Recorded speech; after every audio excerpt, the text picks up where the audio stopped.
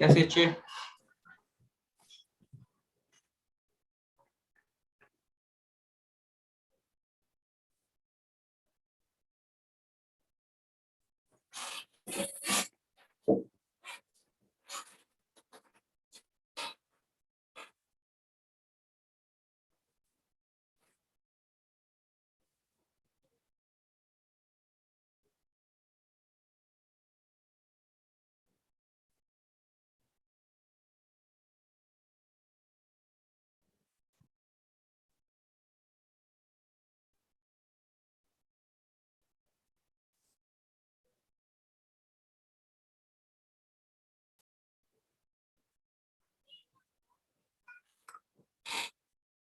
Hola, buenas tardes. ¿Me están oyendo? Sí, doctor. Perfecto, entonces empecemos. Vamos a empezar hoy día con un tema que es bien común, que es la litiasis urinaria. Y la historia de la litiasis es tan vieja como la humanidad. Este antropólogo británico Elliot Smith escribió en 1901 dentro de una tumba prehistórica una momia con un cálculo, y esta momia tenía una antigüedad de 7.000 años. Y la composición era de oxalato de calcio. Entonces podemos ver que la litiasis acompaña a la humanidad desde siempre. El otro tema es que cuando uno lee el juramento hipocrático, dice no practicar incisiones ni siquiera en caso de cálculos. Entonces esto, cuando se escribió el juramento hipocrático, 377 antes de Cristo. Entonces la litiasis ha sido siempre algo que ha acompañado a la humanidad. Cuando uno mira, nosotros no tenemos un registro epidemiológico de los casos de litiasis, pero en Estados Unidos se presenta la incidencia en 16 a 24 por 10.000 cada 10.000 personas, y la prevalencia es 7% en los hombres y 3% en las mujeres. De estos, estos representan 7 a 10 de cada 1.000 hospitalizaciones, y los hombres definitivamente tienen 3 o 4 veces más riesgo que las mujeres. Y la edad más frecuente de presentación es entre los 20 y los 40 años. Una cosa que es importante saber es que cuando un paciente ha tenido litiasis, la posibilidad de que ésta recurra es alta. En la mujer, en los próximos 5 años, 20%, y en los próximos 10 años sube a 40%, y en los hombres, en los próximos 5 años, 40%, y sube a un 60% a los 10 años. Cuando miramos y vemos cuáles son los factores de riesgo, podemos ver que, como les mencioné en la diapositiva anterior, si ya tienes antecedente de litiasis, tu riesgo de que formes piedra es más alto. Si tienes antecedente familiar de padres o hermanos con litiasis, tu riesgo también es más alto. Tiene que ver mucho con la ingesta de líquidos. En la medida que las personas consumen menos líquidos, hay más riesgos, las hipercalciurias, hoy las hiperoxalurias, que se ve ahora mucho, hay mucha cirugía de bypass gástrico, entonces hoy día todas estas cirugías bariátricas que se están haciendo para disminuir de peso ha elevado enormemente la incidencia de litiasis. Las infecciones urinarias son otro factor de riesgo, y la presencia de sondas o catéteres. Entonces, estos son factores intrínsecos relacionados a la persona, pero también hay factores extrínsecos relacionados al lugar donde vive o el tipo de trabajo que realiza. Entonces, es diferente vivir en Oruro que vivir en el Beni o en Santa Cruz, ¿no? La diferencia de calor hace que uno sude más en el oriente boliviano, se deshidrata más, se concentra más la orina, más riesgo de litiasis. Obviamente los climas calientes tienen más riesgo de producir litiasis. Depende del tipo de trabajo, ¿no? Si tú trabajas en una, no sé, en una panadería, en un ambiente de muchísimo calor, probablemente vas a sudar, te vas a deshidratar, más riesgo. Diferente trabajar en un lugar como un lugar donde se fabrica hielo, por dar un ejemplo, ¿no? La dieta, en nuestro medio la dieta es bastante rica en purinas, por lo tanto hay unos tipos de cálculos que son de ácido úrico y estos cálculos de ácido úrico también pueden producir formación de cálculos de calcio.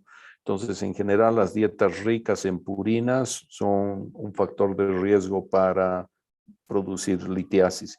Y dependen los deportes, ¿no? Sobre todo estos deportes como las maratones, donde se corre largas distancias, se deshidrata mucho la gente, se repone poco líquido durante el proceso, durante la actividad deportiva, entonces esos pacientes tienen más riesgos.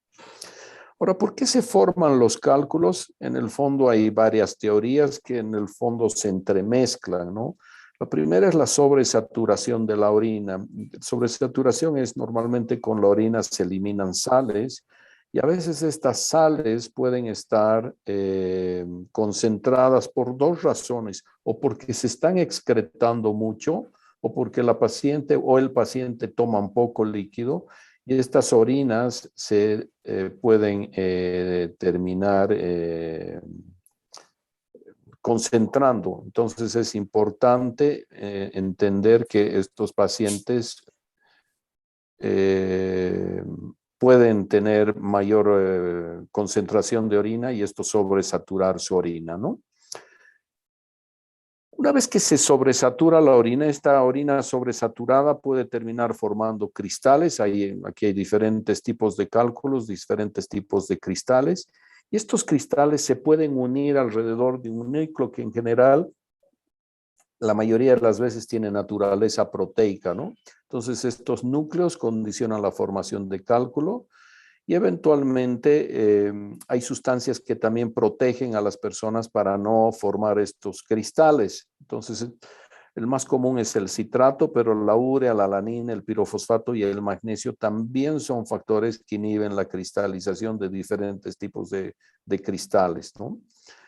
Entonces, cuando uno ve qué es lo que sucede, en general se concentran estas sustancias, esto produce la formación de estos cristales y estos cristales se pueden unirse alrededor de un núcleo que, como les decía, tiene naturaleza proteica y esto produce una liberación del cálculo y en general se producen a nivel de los cálices y en los cálices renales en general se forman estos cálculos y estos cálculos terminan eliminándose hacia la vía urinaria. Entonces, esto es lo que vemos. A veces cuando hacemos ureteroscopías flexibles, en estas zonas podemos ver ya cómo están empezando a formarse los cálculos. Nosotros llamamos esos placas de Randall. Los cálculos, y esto es importante que ustedes sepan, porque esto pregunto con frecuencia, los cálculos tienen distintas composiciones de oxalato de calcio, de fosfato de calcio o una mezcla de estos dos. Estos cálculos representan casi el 80% de todos los cálculos. Y hay que entender que estos cálculos son radiopacos, quiere decir que cuando uno los ve estos cálculos en una placa, toma una radiografía, sí se los puede ver. Este otro tipo de cálculos que llaman cálculos de fosfato, amonio y magnesio, que también se llama estrubita, son cálculos que remedan el sistema colector. Nosotros también los llamamos en asta de ciervo o coraliformes. Y estos cálculos en general están asociados a procesos de tipo infeccioso por bacterias que desdoblan la urea, como la Escherichia coli o Proteus, Klebsiella. Estas bacterias condicionan esta agregación de este tipo de sales que son de fosfato, amonio y magnesio.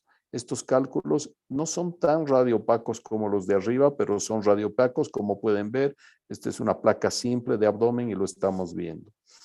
Los de ácido úrico, que representan entre el 6 y el 17%, en general están producidas por alteraciones en el metabolismo de las purinas y son los únicos que son totalmente radiolúcidos. Quiere decir que en una radiografía simple no los podemos ver. Y los de cistina son cálculos que se producen por una alteración, donde hay una alteración donde los pacientes tienen una alteración genética y empiezan a eliminar básicamente 4 aminoácidos. cistina, alanina, ornitina y lisina, pero la cistina es el único que no es hidrosoluble. Entonces esta sustancia, al no ser hidrosoluble, se agrega entre sí y forma unos cálculos que son parcialmente radiopacos. Felizmente la proporción de estos cálculos es baja porque son cálculos de difícil manejo, porque son cálculos extremadamente duros. Entonces aquí básicamente es parte de lo que dicen las guías europeas de urología hoy, que la tomografía debe ser, después de una ecografía, el examen que nos va a permitir localizar estos cálculos. Y también nos está hablando de cuáles son radiopacos, cuáles son radiolúcidos, ¿no? Y como les he comentado, los de oxalato de calcio, los de fosfato de calcio, los de estrubita son radiopacos, parcialmente el de cistina y radiolúcido el de ácido úrico. Los cálculos van a tener distintas formas, tamaños, colores y consistencias, ¿no? Y en general, esto va a estar en base a la composición de cada uno de ellos. Ahora, los cálculos, cuando migran desde el riñón hacia la vía urinaria y producen obstrucción, van a condicionar un cuadro que se conoce como cólico renal, que tiene algunas características que son importantes tenerlas en forma clara, ¿no?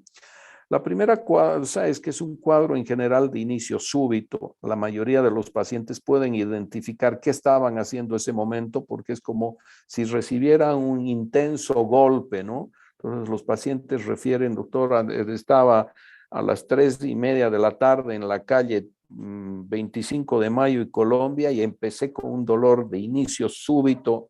La segunda cosa, intenso. Entonces estas son características que en general acompañan al cólico renal. La otra característica es que el paciente es un paciente que se encuentra inquieto.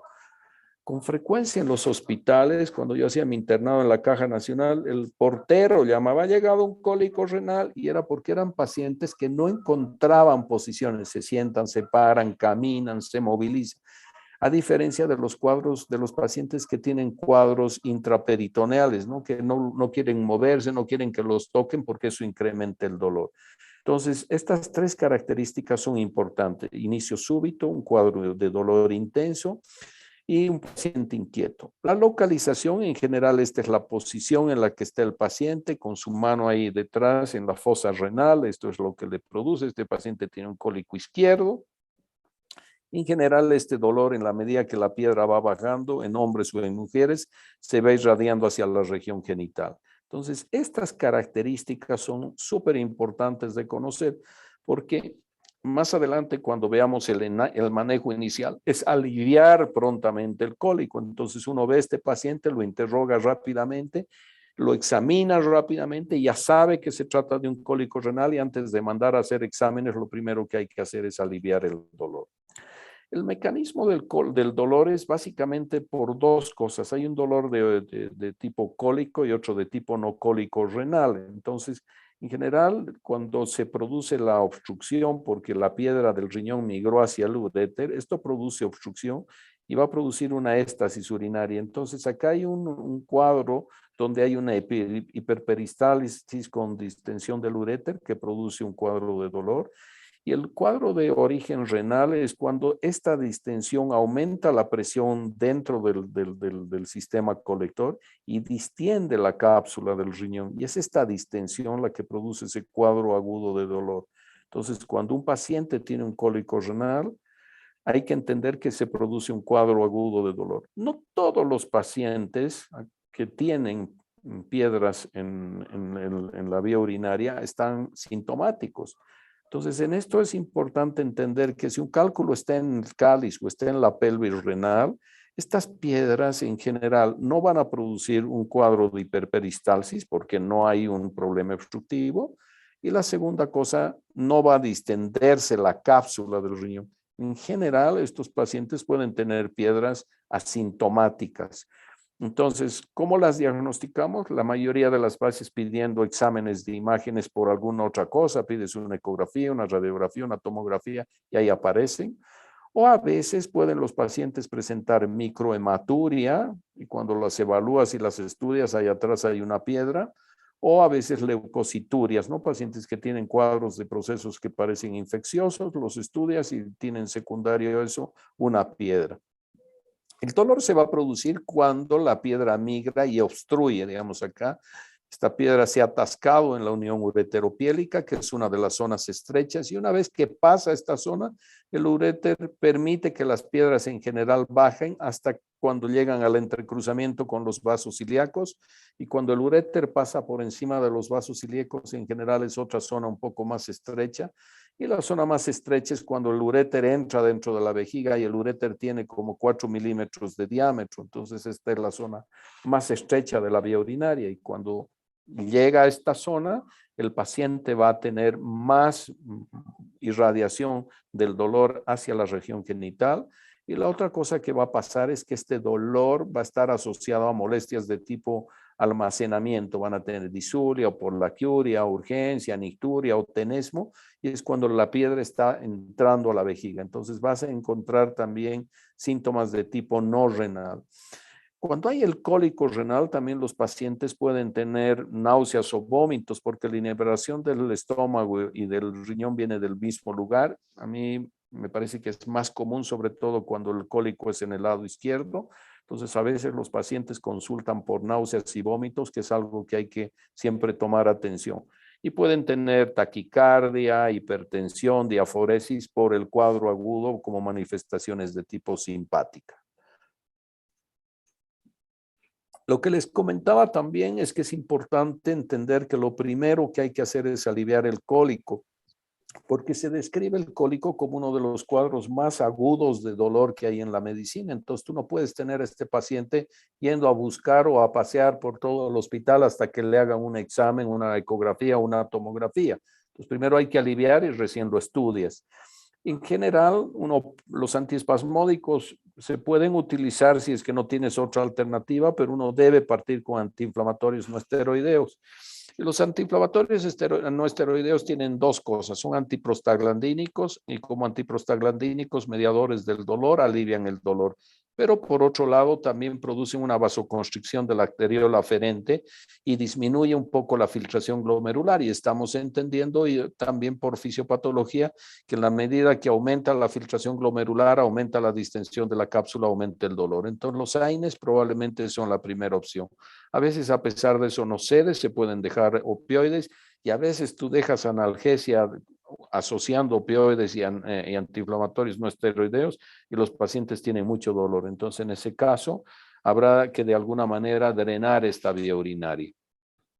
Posteriormente, una vez que el paciente ha aliviado, tendrás que estudiar. Y a mí me parece que de rutina tú tienes que pedir un examen de orina.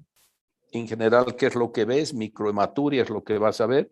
Y hay que descartar que detrás de esa piedra no hay un proceso de tipo infeccioso que también se puede ver. Se puede pedir una radiografía simple de abdomen dependiendo de dónde estás, pero las guías hoy te dicen que la ecografía debe ser el primer enfoque y el patrón de oro la urotomografía. Yo diría que la urografía excretora es un procedimiento que ayudó mucho en su momento, pero hoy día ya nadie hace una urografía excretora para hacer diagnóstico de un cólico renal. Entonces, un poco lo que les he comentado inicialmente, utilizas antiinflamatorios no esteroideos, puedes utilizar ketorolaco, ketoprofeno, diclofenaco y si no, puedes utilizar opioides. Para establecer el diagnóstico, examen general de orina y a veces uno puede encontrar orina macroscópica ya visible con hematuria o a veces la orina parece clara, pero cuando pides un examen de orina, yo diría que la mayoría o la gran mayoría de los pacientes tienen más de 3 eritrocitos por campo, que es lo mínimo normal. Entonces habrá 5, 10, 15, 40 o 50 eritrocitos por campo, lo que ayuda a confirmar un poco tu sospecha diagnóstica. Como les decía, la radiografía simple del abdomen es una gran alternativa, pero tienen que ver varias características, que la piedra sea radiopaca, el tamaño de la piedra, la localización de la piedra, la gordura del paciente. Entonces hay varias cosas. Entonces acá tú puedes ver una piedra acá, puedes ver otra piedra acá y otra acá. Probablemente estas dos son absolutamente asintomáticas y la que debe estar produciendo una molestia es esta que ha migrado al uréter. Aquí hay hiperperistaltis, aquí está distendiéndose la cápsula. Acá tienes otra piedra. Entonces, a veces una radiografía que tiene un costo bajo puede ayudarte a resolver tus problemas. pero como les comentaba, las radiografías detectan entre un 30 y un 60% de los cálculos observados en las tomografías, que otra cosa que insisto son urotomografías sin contraste. Esto es súper importante. Yo les digo, a veces sus colegas urólogos piden tomografías con contraste, que no es lo ideal. En algunos casos hay que pedir, pero la gran mayoría para enfoque diagnóstico es sin contraste. Entonces, cuando tú haces una placa, tienes problemas a veces de que los pacientes están llenos de gases y es imposible ver ninguna cosa. El otro tema es cuando el hábito corporal, son pacientes que son obesos, en general es más difícil visualizar. Y a veces puedes confundirte de si son piedras o son unas calcificaciones vasculares que se llaman flebolitos. Entonces no sabes si las piedras son estas de acá o estas de acá abajo. No sé si están viendo mi flecha, pero estoy mostrando acá lo que son piedras y lo que son flebolitos, ¿no? Les voy a mostrar probablemente una urografía más adelante. Entonces acá es la misma placa que les estaba mostrando hace un momento. Entonces esto es una urografía escritora y tú en la placa simple veías esto y veías esto. Entonces la pregunta es, ¿dónde están las piedras? Entonces las piedras están en el círculo azul o en el círculo rojo. Y podemos ver que están en el círculo rojo. Las que tienes abajo, más grandes, son unas calcificaciones vasculares que se llaman flebolitos, que con frecuencia se confunden. Entonces, las radiografías simples te generan problemas cuando los cálculos son de menos de 5 milímetros o cuando son de ácido úrico, porque con frecuencia no las identificas, ¿no?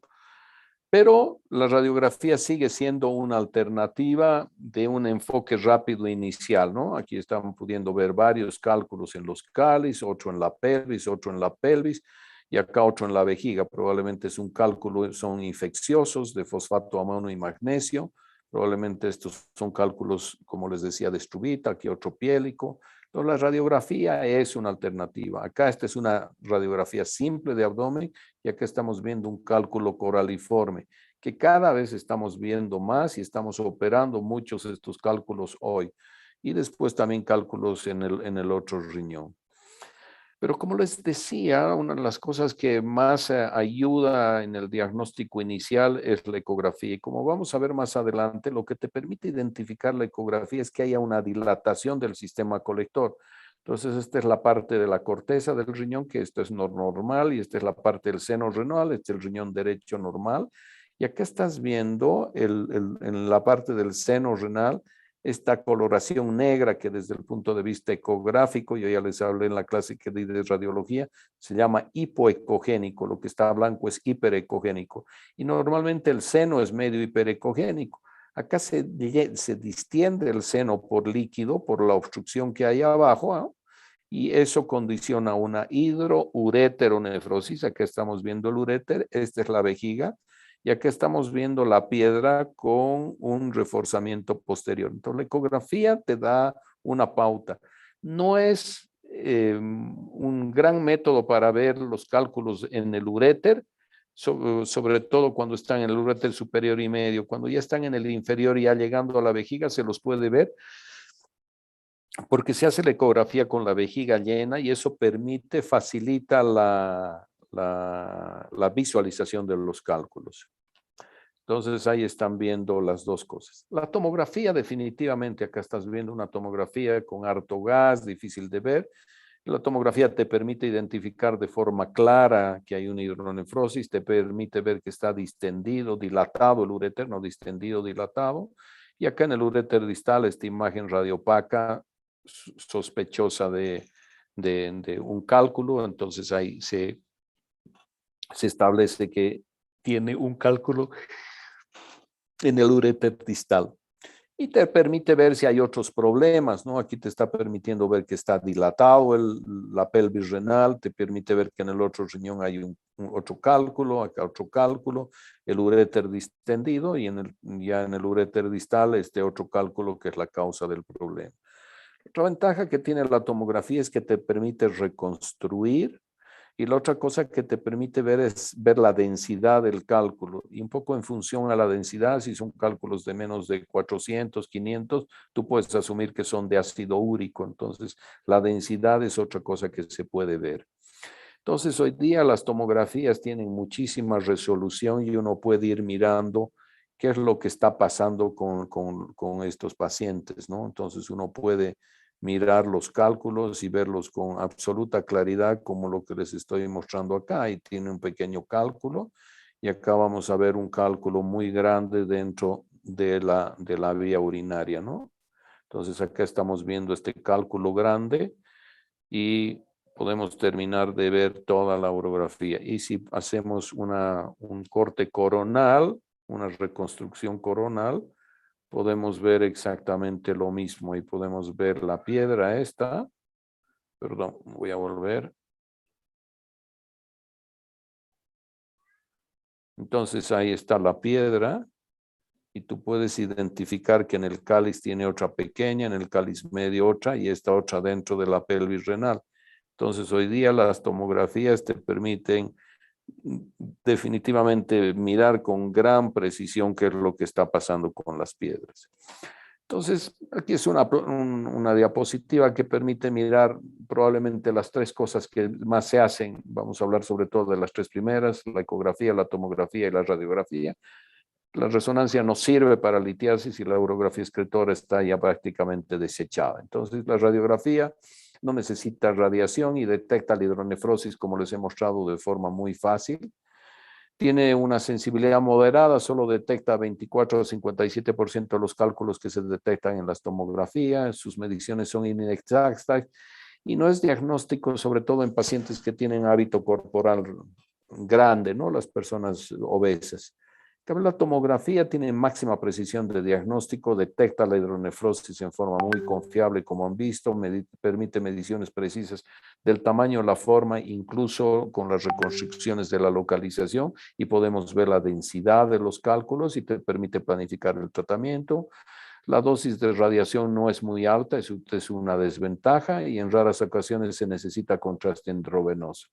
La radiografía, mediciones precisas de los cálculos, en localización uritiral, su sensibilidad es baja moderada, detecta entre el 29 y el 59% de los cálculos observados en la tomografía. No detecta hidronefrosis y la radiación ionizante es algo que hay que entender que se va sumando, ¿no? Entonces uno debe ir mirando. Pocas patologías tienen tanto diagnóstico diferencial como el cólico renal. Hay que ver problemas obstructivos en el uréter, hidronefrosis, cistitis bacteriana o pielonefritis, hacer diagnóstico diferencial con patología intestinal como los cólicos biliares, problemas intestinales o pancreáticos. En la gente mayor con cuadros de dolor de inicio súbito, no hay que descartar que no se trate de un aneurisma de la aorta. Problemas genitales en hombres y mujeres como embarazos ectópicos, quistes de ovario, torsiones de quistes o torsiones testiculares, orquitis, epididimitis también producen esto, o problemas de tipo radicular. Entonces, ¿cuándo debemos hospitalizar a los pacientes? Llegan con el cuadro agudo, les damos la analgesia que hemos referido y si el dolor persiste, es mejor que estos pacientes se queden. Si el paciente está con fiebre o sus exámenes de sangre y orina son compatibles con infección, es mejor hospitalizarlos. Hay que entender que los pacientes con litiasis, con cólico renal, tienen una leve leucocitosis, ¿no? Pero si tú estás viendo asociado esto fiebre, leucocituria, estos pacientes hay que hospitalizarlos. Si el paciente está en anuria, que vale decir que no está orinando, orina en 24 horas menos de 300 ml, eso se considera anuria. Estos pacientes los tienes que hospitalizar y tienes que definir, ¿es porque tiene litiasis bilateral? Es una opción, o tiene antecedentes de que nació con un solo riñón, o le quitaron un riñón, o tiene un riñón que no está funcionando, ¿no? Entonces, esto hay que ver. Si el paciente tiene ya de base una insuficiencia renal, no puedes permitir que se deteriore, y obviamente los monorrenos. No puedes tener niños con dolores tan intensos en la casa, se hospitaliza lo mismo que ancianas y las embarazadas, porque esto puede condicionar partos prematuros o abortos. Y si tiene patología asociada, sobre todo pacientes diabéticos, siempre mírenlos a ellos, o pacientes inmunodeprimidos, cardiópatas coronarios, esos pacientes es mejor hospitalizarlos.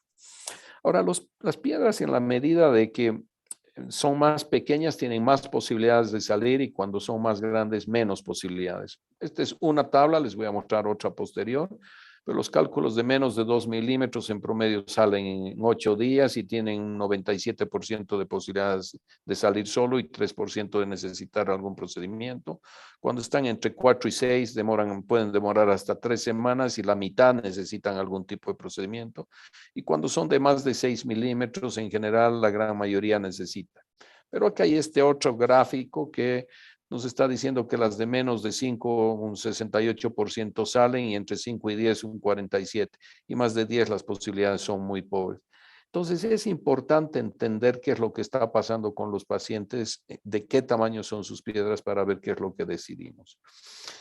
Cuando el paciente, digamos, aliviado su dolor, tiene una piedra de 4 o 5 milímetros en el uréter distal, a estos pacientes hay que manejarlos de forma ambulatoria, uno los manda a la casa, se les recomienda que tengan mucha actividad, en la medida que tienen más actividad, tienen más posibilidades de eliminar sus piedras, se los manda que estén en un régimen blando, porque como hemos comentado, tienen asociado esto náuseas y vómitos. Los pacientes deben tomar muchísimo líquido mientras estén sin dolor. Cuando aparece el dolor, decir que disminuyan, que tomen su analgésico o antiinflamatorio no esteroideo y eventualmente, si pasa el dolor, volver a tomar líquido. Hay que siempre recomendarles que vayan colando la orina. En los pacientes que tienen cálculos en el uréter distal y son cálculos de más de 5 milímetros, se ha visto que el dejar alfa bloqueadores es de ayuda y favorece la eliminación de los cálculos. Y estos pacientes deben ser monitorizados y seguidos en las consultas externas de urología. Entonces, un poco, ¿cuál es el manejo? ¿No? Si tú tienes un cólico renal, lo evalúas al paciente y si es una piedra que es radiopaca, tú tienes un manejo. Si es no radiopaca, asumas que probablemente sea un cálculo de ácido úrico y le insistes con líquidos, alcalinizas la orina con citrato. Lo ideal es llevar el pH de la orina entre 6, 5 y 7. Estas piedras tienen posibilidades de disolverse, son las únicas que se pueden disolver.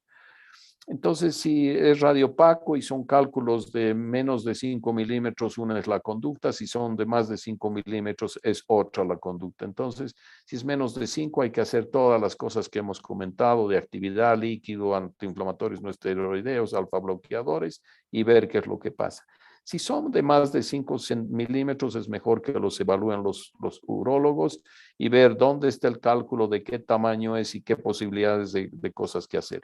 Si son cálculos estos coraliformes, en general se puede hacer cirugía percutánea y asociarle para los fragmentos residuales litotripsia extracorpórea. Si están en los cálices, se pueden hacer litotripsia extracorpórea y hoy día estamos haciendo mucha ureteroscopía flexible.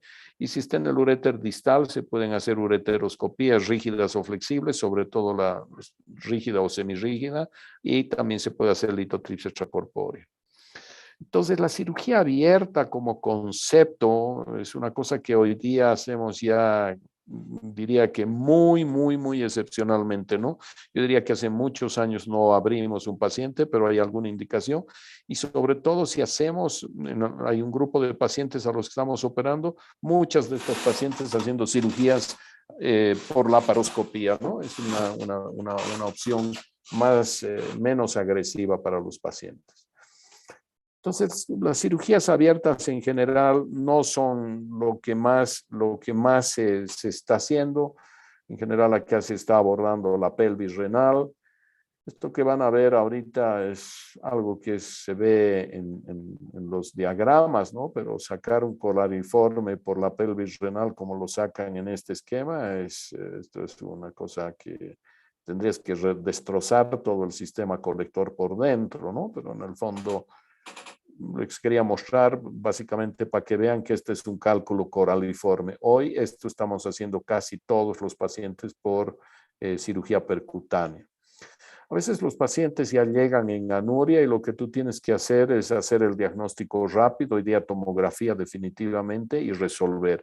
Probablemente un cálculo así como este paciente, nosotros haríamos una ureteroscopía y trataríamos de resolver y dejas un doble J, ¿no?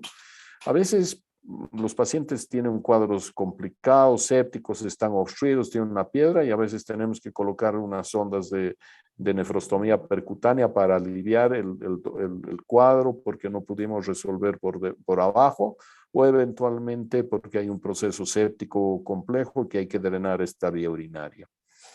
La litotripsia extracorpórea es una máquina.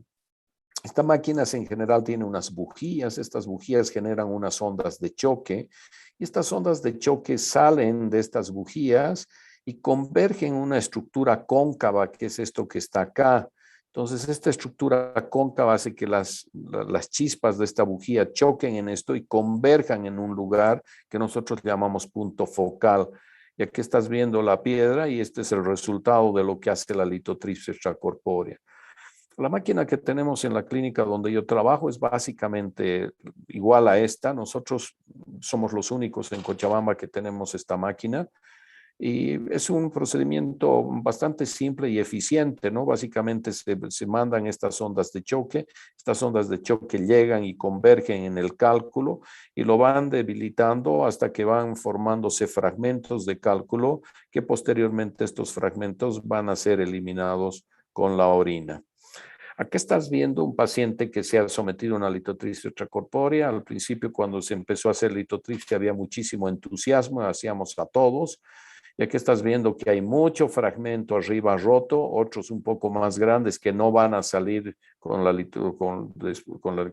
y acá en la parte distal del uréter se forma una cosa que se llama calle litiásica, se tapona de arenilla el uréter distal, igual que hay que hacer una ureteroscopía. Hoy día los cálculos en general, las litotripsias extracorpóreas se hacen para cálculos de menos de 2 centímetros. Esta es la indicación principal. Y en general cálculos que no sean demasiado duros, que tengan menos de 1000 unidades Honsfield, es lo ideal. Cuando los cálculos tienen menos de 1000 unidades, en general los cálculos tienen como alrededor de un 80% de posibilidades de salir. Cuando tienen más de 1000, esto baja como a 56%. Y cuando tienen cálculos de menos de 500 unidades, esos cálculos se fragmentan prácticamente en el 100%. Otro procedimiento que es de lo que les estaba hablando es hacer estos procedimientos que llaman nefrolitotomías percutáneas, ¿no? Estos procedimientos son hacer una punción directamente en el riñón hasta el cáliz, se introduce una guía, se dilata el sistema y se meten estos amplats o camisas y a través de eso el nefroscopio. Y lo que hacemos es ir rompiendo las piedras. Nosotros tenemos este mismo sistema que es un sistema balístico que rompe las piedras. Y aquí un poco un esquema o una representación de lo que involucra esto. Entonces uno bajo guía fluoroscópica o ecográfica hace una punción. Se puede hacer esto en posición supina o prona. El mundo aprendió a hacerla en posición prona. Nosotros hace unos años en Brasil hicimos un curso en Florianápolis con un doctor Melcher y él nos enseñó a hacer en posición supina completa y desde entonces no hemos vuelto a hacer o hacemos muy poco en posición prona, ¿no? Pero básicamente se hace una punción una vez que se entra a través del infundíbulo del cáliz. Lo ideal es, o sea, que entre la guía, dilatar el trayecto y una vez que hemos dilatado y localizar la piedra. Nosotros utilizamos sistemas neumáticos más que láser, no es porque no tengamos láser, sino que el láser genera arenilla y después a partir de esa arenilla que se queda puede formar nueva piedra. Nosotros vamos rompiendo en fragmentos más grandes y extrayendo las piedras. Si me preguntan qué es lo que más hacemos hoy, ureteroscopías semirrígidas es el procedimiento que más se hace, les voy a mostrar un par de videos. O también hoy estamos haciendo bastante ureteroscopía flexible y sacando cálculos desde las diferentes partes de los cálices, ¿no? Entonces, este es un ureteroscopio, así es el equipo. Entonces, básicamente lo que uno hace es introduce el equipo dentro de la vejiga a través de la uretra. Una vez que está ahí, uno se mete dentro del orificio ureteral hasta el uréter y empieza a ascender hasta encontrarse con la piedra. Una vez que has localizado la piedra, la puedes atrapar con una canasta, les voy a mostrar un ejemplo, y empiezas a romper. Hoy día nosotros tenemos un láser de Olmio. Estos láser de Olmio son tremendamente eficientes para romper las piedras.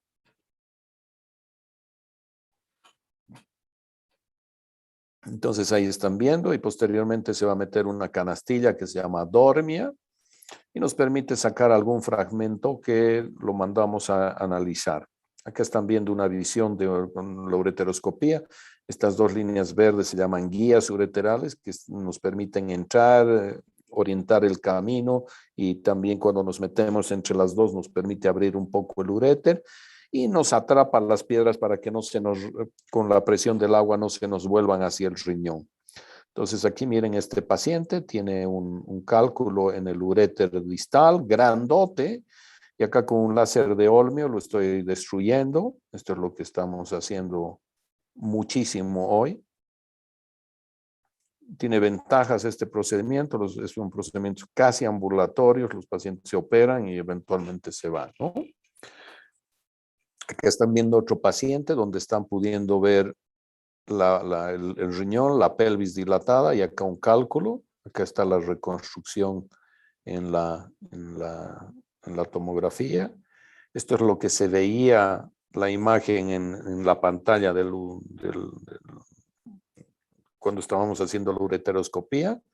Y acá estamos viendo cómo hemos empezado a romperla la piedra con el láser de Olmio, ¿no? Entonces, una piedra enorme, pero estos láseres son muy eficientes y vuelven esto como un polvo, ¿no? Entonces, lo que tenemos que evitar en este tipo de cirugías es que esto es lo que termine sucediendo, ¿no? Que los pacientes terminen perdiendo el riñón por una piedra que ha obstruido. Y esto ha pasado con esta paciente que les muestro acá. Tenía un cálculo muy grande en el uréter y acá tú puedes ver que tiene un saco hidronefrótico. Acá estamos viendo el riñón súper dilatado. Acá les voy a mostrar cómo se ve el riñón normal. Este es un riñón normal y acá tienes básicamente un saco hidronefrótico. Esta paciente hizo un cuadro de acumulación de pus dentro del riñón que se llama pionefrosis. Aquí estamos pudiendo ver el cálculo. Aquí están viendo una reconstrucción coronal. Estás viendo el riñón absolutamente hidronefrótico. Aquí el riñón derecho normal, la pelvis dilatada acá. Y acá abajo pueden ver la piedra, ¿no? Esta es la piedra que estamos viendo dentro del uréter. Y cuando hacemos una reconstrucción sagital vemos lo mismo. Entonces, las piedras, como hemos visto, son súper comunes, pero no se trata simplemente de tratar las litiasis y olvidarse de que los pacientes pueden recurrir. Como les decía, los hombres recurren en un 40-60% y las mujeres en un 20 o 40%. Y 4 cosas que se representan en estas imágenes pueden evitar que los pacientes formen más piedras, ¿no? Disminuye la incidencia. Y la primera es la ingesta de líquido. Entonces, a los pacientes hay que recomendarles que orinen más de 2,5 litros. Por lo tanto, los pacientes deben tomar, dependiendo de su actividad y de la ciudad donde viven, más de 3 litros, ¿no? Para orinar estos 2,5 litros de orina. Eso se sabe que es un valor bueno. La segunda cosa es difícil que una persona esté midiendo todos los días lo que elimina. Entonces, es bueno que se concentre en lo que toma y en el color de su orina. Entonces, siempre fijarse que el pipí salga muy claro es una de las recomendaciones. La otra recomendación es qué tipo de líquidos son buenos. Y si ustedes a su agua o su paciente a su agua le agrego una naranja, una media naranja o un limón, eso ayuda porque la naranja o el limón tienen citrato y el citrato inhibe la cristalización. Entonces, estas cosas ayudan, ¿no? Las gaseosas son pésimas para los pacientes que forman piedras. Entonces, el líquido es la clave.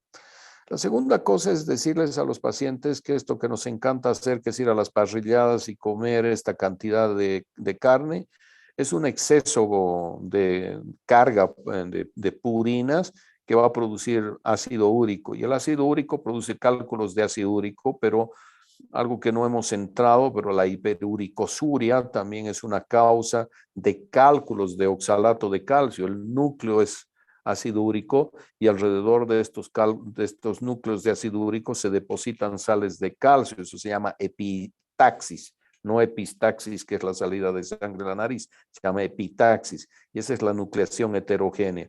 Entonces hay que disminuir la ingesta de purinas, hay que disminuir la sal de la dieta, y en relación al calcio, una de las cosas que se ve casi como leyenda popular es que formas piedras y todas las tías vienen a decirte que no tomes más leche ni derivados de la leche, entonces no queso, no yogurt o no huevos, y los pacientes en general tienen más producción de calcio. Entonces la recomendación en relación al consumo de calcio es que los pacientes consuman moderadas cantidades de calcio, vale decir, pueden tomar todos los días un poco de leche o un poco de queso, un poco de yogur, pero no pueden tomar una bolsa de leche, una bolsa de yogur. Huevos, pueden tomar uno o dos, comer uno o dos huevos a la semana. No se pueden estar haciendo revueltos con 4 o 5 huevos, ¿no? Entonces, estas recomendaciones ayudan a que estos pacientes que ya han formado piedras no sigan formando piedras, y son recomendaciones que hay que darles a los pacientes. Esto es lo que tenía que comentarles. No sé si tienen ustedes alguna pregunta.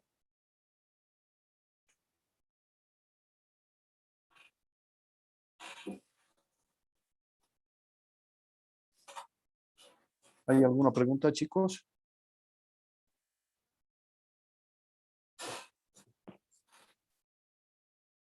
Creo que no, doctor, todo bien. ¿Me están oyendo? Sí, doctor, se le escucha. Ah, perdón, creo que estoy sin volumen. Perdón, perdón. ¿Me están oyendo? Yo no los oía. ¿Hay alguna pregunta?